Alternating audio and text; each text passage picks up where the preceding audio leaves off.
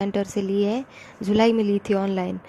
मैंने तब किसी को नहीं बताया था क्योंकि मेरी फैमिली में ऐसी चीज़ों में भरोसा नहीं करता कोई भी। मैं नामदान सेंटर पे गई तो नहीं थी, लेकिन रोज़ उनके कॉल आते थे कि आप एक बार आओ, आप एक बार आओ। वीडियो कॉल भी करते थे और कि आपको देखना है, ऐसा वैसा, मतलब वो अजीब तरीके से बात करते थे। और कई बार मना करने के बाद भी वो आज तक कॉल करते हैं कि आप एक बार आओ, आपका फॉर्म वगैरह लेके जाओ। मैंने मना कर दिया, मैं कॉल रिसीव नहीं करती हूँ उनके। जहाँ तक संभव हो मैं हर नियम की पालना करती हूँ जो गुरुजी ने बता रखे हैं, बट कभी कभार फैमिली की वजह से मजबूरन आन उपासना करनी पड़ जाती है। मैंने फैमिली में बताया था कि मैं ऐसी आन उपासनाएं नहीं करूँगी, लेकिन वो गुरुजी के बारे में ही उल्टा सीधा बोलने लग गए, गालियाँ देने लग गए उन्हें। तो मैंने छोड़ दिया, मैंने कहा चलो ठीक है, मैं आपकी बात मान लूँगी।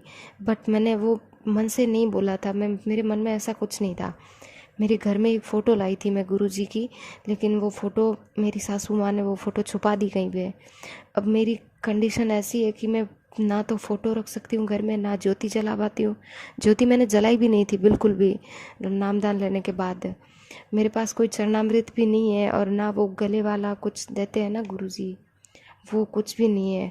मुझे प्रथम मंत्र मिला है, उसका जाप करती हूँ, और 3 आरती है ना तीनों टाइम की, वो भी टाइम पे करती हूँ मैं। और गुरुजी के काफ़ी सत्संग सुने हैं मैंने, उनमें ये भी बताया कि मृत्युभोज वगैरह ऐसा नहीं खाना चाहिए हमें। लेकिन मेरे घर में ही मेरे परदादी सास की डेथ हो गई थी, तो जस्ट अभी हुई है, 10-15 दिन हो गए। तो उनके पीछे मृत्यु भोज रखा था मेरी फैमिली ने, वो भोजन भी मैंने खा लिया। तो घर में रहती हूँ तो खाना पड़ता है। और मेरे पापा मेरे लिए कुछ पैसे वगैरह लाए थे, वो मृत्यु भोज रखा था ना 12 दिन के बाद, उस दिन वो भी मैंने ले लिए। 51,000 रुपये दिए थे मेरे पापा ने, और मेरे हस्बैंड को एक सोने की रिंग भी दी थी, वो भी हमने ले ली। पर मुझे ऐसी चीज़ों के बारे में पता नहीं था। आपके वीडियो वगैरह सुनती थी तो उसमें ये सब था कि पैसे वगैरह नहीं लेना चाहिए, मुझे पता नहीं था पहले, सो मैंने ले लिए। तो अब ना मेरे नियम वगैरह खंड हो गए, ये भी नहीं पता मुझे। मैं भक्ति तो करती हूँ। आप ना शंका समाधान कीजिए भगत सिंह। बंदी छोड़ सतगुरु रामपाल जी महाराज जी की जय हो। सच्चाई बहन जी, बहन हर औरत मीरा नहीं बन सकती है, लेकिन कोशिश करे तो मीरा के जैसे भाव अपने सतगुरु के प्रति रख सकती है। और भाव यदि सतगुरु के प्रति रहेंगे तो फिर सतगुरु अंतर्यामी है, उन्हें सब पता है कि उसके जीवन में क्या क्या परेशानियां हैं, उसके जीवन में कैसी कैसी विपरीत समस्याएं हैं, क्या मजबूरियां हैं। फिर सतगुरु मजबूरियां को अनदेखा कर देता बहन। परमात्मा उन चीजों की तरफ ध्यान नहीं देता है। जिसने अपने हृदय में अपने सतगुरु को, अपने परमात्मा को बैठा लिया, और फिर चाहे ऊपरी दिखावे के लिए या ऊपरी मन से अगर किसी पारिवारिक दबाव में आके यदि वो बहन या भाई अनुपासना भी करता है, तो बहन परमात्मा उन चीजों को नजरअंदाज कर देता है, बशर्ते उसके हृदय में सतगुरु ही बसा होना चाहिए। फिर ये चीजें कोई वैल्यू नहीं रखती है। जिस प्रकार गुरुदेव ने कहा कि भाई नाम दीक्षा लेने के बाद आप किसी भी मंदिर में जाओ, चाहे किसी भी मस्जिद में जाओ, लेकिन आपने उन जगहों पे भक्ति भाव से नहीं जाना, ये मन में धारणा करके नहीं जाना कि इस मंदिर में या इस मस्जिद में फला फला देवता से मुझे कोई भक्ति लाभ होगा। ये भाव लेके हमने वहां नहीं जाना है। बाकी चाहे आप वहां पे रात दिन रहिए, आप वहीं पे सोइए, कोई दिक्कत नहीं, कोई दोष नहीं, क्योंकि मंदिर और मकान दोनों भगत की दृष्टि में ईंट और पत्थर के बने हुए एक ढांचे हैं, उनमें ना कोई भगवान है। तो बहन ये मजबूरियां जो हैं आपके साथ में, ये वर्तमान में काफी बहनों के साथ में हैं। कोई अपने प्रारब्ध के संस्कारवश संघर्ष कर लेती है, तो कोई संघर्ष नहीं कर पाती है। लेकिन सतगुरु अंतर्यामी है, सतगुरु अंदर के भाव देखता है। और परमेश्वर कहते हैं कि भाव तगड़े तो कुछ नहीं बिगड़े। यदि अपने सतगुरु के प्रति भाई या बहन के भाव तगड़े हैं, जिसने ज्ञान सुनकर, ज्ञान को समझकर अपने दिल की गहराइयों में अपने सतगुरु को बैठा लिया, परमात्मा को बैठा लिया, और उस दिल की गहराई में ब्रह्मा विष्णु महेश 33 करोड़ देवी देवता, दुर्गा या काल के लिए लेस मात्र भी जगह नहीं है, तो बहन फिर परमात्मा कहते हैं कि भाव तगड़े तो कुछ नहीं बिगड़े। फिर चाहे कोई कुछ भी करे, कैसा ही दबाव दे, चाहे मंदिर में जाके बैठा दे, चाहे देवी देवताओं के आगे आपको धोख लगवा दे, जब आपके दिल में आपका सतगुरु बैठा है तो ये चीजें कोई बाधक नहीं है, किसी प्रकार की कोई बाधक नहीं है। तो परमेश्वर कहते हैं भाव तगड़े तो कुछ नहीं बिगड़े, और यदि भाव बिगड़े तो फिर रगड़े ही रगड़े। अगर भाव बिगड़ गए जिस दिन, उस दिन फिर सब हावी हो जाएंगे आपके ऊपर। फिर परमात्मा कहते हैं दोस्त भी दुश्मन बन जाएगा। तो बहन, परमात्मा अंतर्यामी है, उनको सारी स्थिति का पता है कि कौन तो जानबूझ के ये सब नाटक कर रहा है और कौन अनजाने में या फिर किसी मजबूरी में या फिर किसी दबाव में आकर इस तरह की जो है ये हरकतें कर रहा है। दूसरी बात परमात्मा ने एक और बताई है बहन, कि यहां परमात्मा ने 3 प्रकार की स्थितियां बताई। पहली स्थिति तो ये कि यदि ज्ञान समझ में आ गया तो वो भगत हर स्थिति का सामना करेगा, चाहे उसका घर छूटे, चाहे उसका पति छूटे, चाहे उसकी पत्नी छूटे, चाहे उसको माँ बाप घर से निकालें। जिसको ज्ञान समझ में आ गया वो अड़ जाएगा मंसूर की तरह, मीरा की तरह, और फिर भगवान उसके पीछे खड़ा होता है, दूर नहीं होता उससे परमात्मा उसके पीछे ही खड़ा होता है। और दूसरी स्थिति है अनजाने में, धोखे से। अगर हमसे कोई अनुपासना हो गई या हमारे साथ में धोखे से किसी ने ऐसी कोई मर्यादा खंडित करवा दी, तो परमात्मा कहते हैं उसका दोष भगत को नहीं लगता, और ना ही उस स्थिति में उसकी मर्यादा खंडित होती है, क्योंकि वो उसने जानबूझ के नहीं किया, वो अनजाने में या धोखे से हुआ है। और तीसरी स्थिति परमात्मा ने बताई मजबूरी की। मजबूरी यानी भगत को ज्ञान भी है, उसको पता भी है कि अगर ये नियम परमात्मा का तोड़ूंगा तो इस नियम की ये सजा है और मैं परमात्मा से दूर हो जाऊंगा, परमेश्वर अपना पंजा मेरे शीश से उठा लेगा। ऐसी स्थिति में सब कुछ पता होने के बाद भी यदि वो दबाव में आके, मजबूरी में आके यदि वो परमात्मा का नियम खंड करता है, तो ऐसी स्थिति में गुरुदेव ने बताया कि जहां उसकी मौत होनी होगी वहां परमात्मा उसकी एक टांग तोड़ के रख देगा।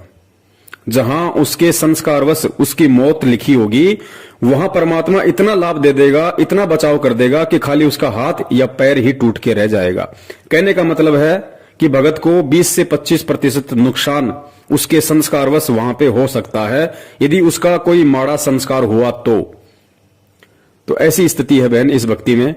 तो पुण्यात्मा, हमारे को अभी तक तत्व ज्ञान नहीं मिला था, और जिस कारण से हमने यही सोच लिया था भी ये दुख सुख तो आते ही रहेंगे और ऐसे ही डमडमा चलेगा। नहीं, परमात्मा के चरणों में आने के बाद आपके ऊपर कोई आपत्ति नहीं आवेगी, आपके घर में हानि नहीं होगी।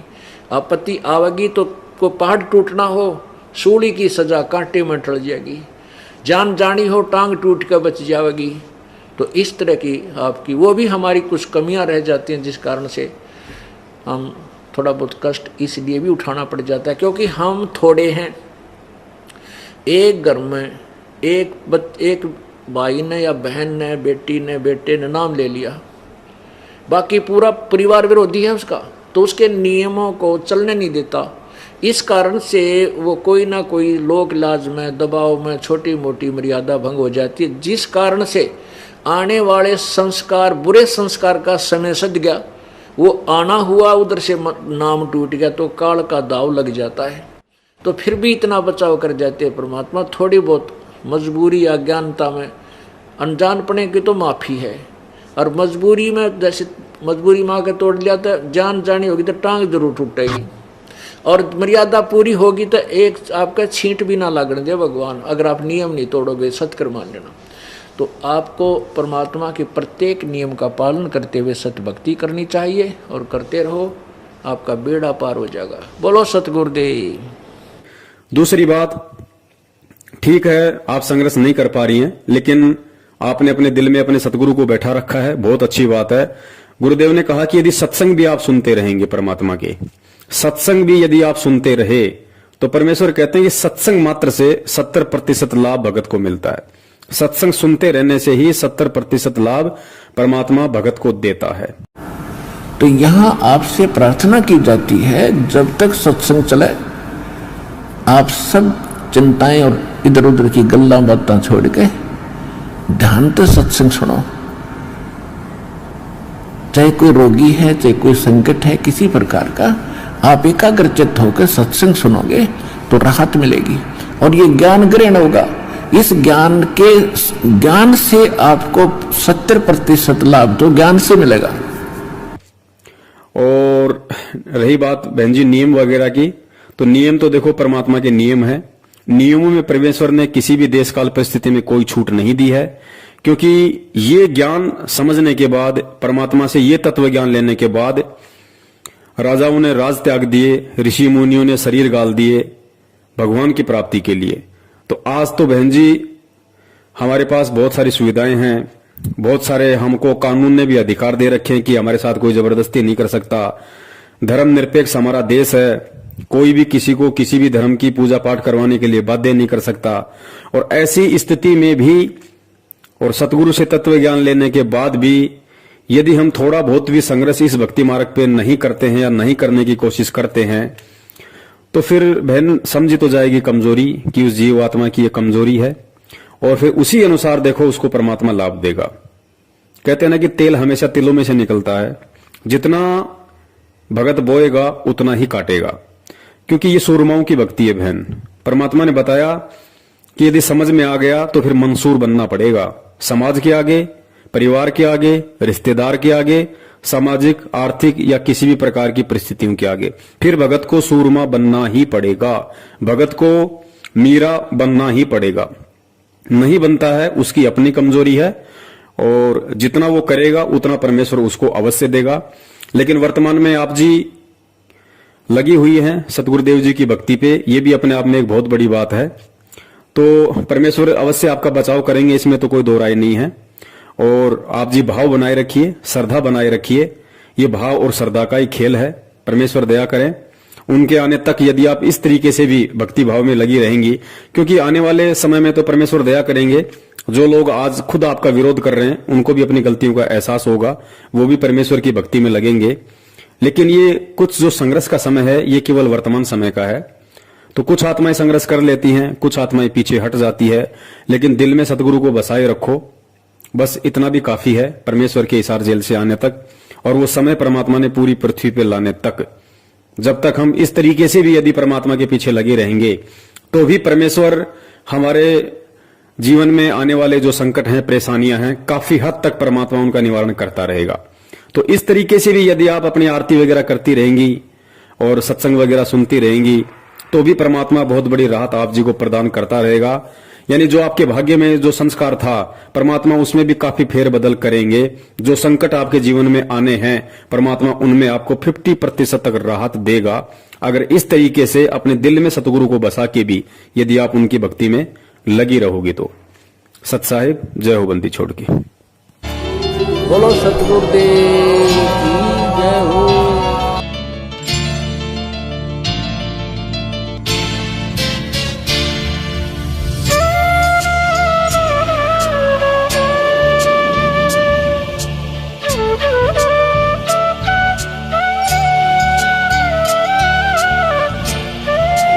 बोलो सतगुरुदेव की जय हो।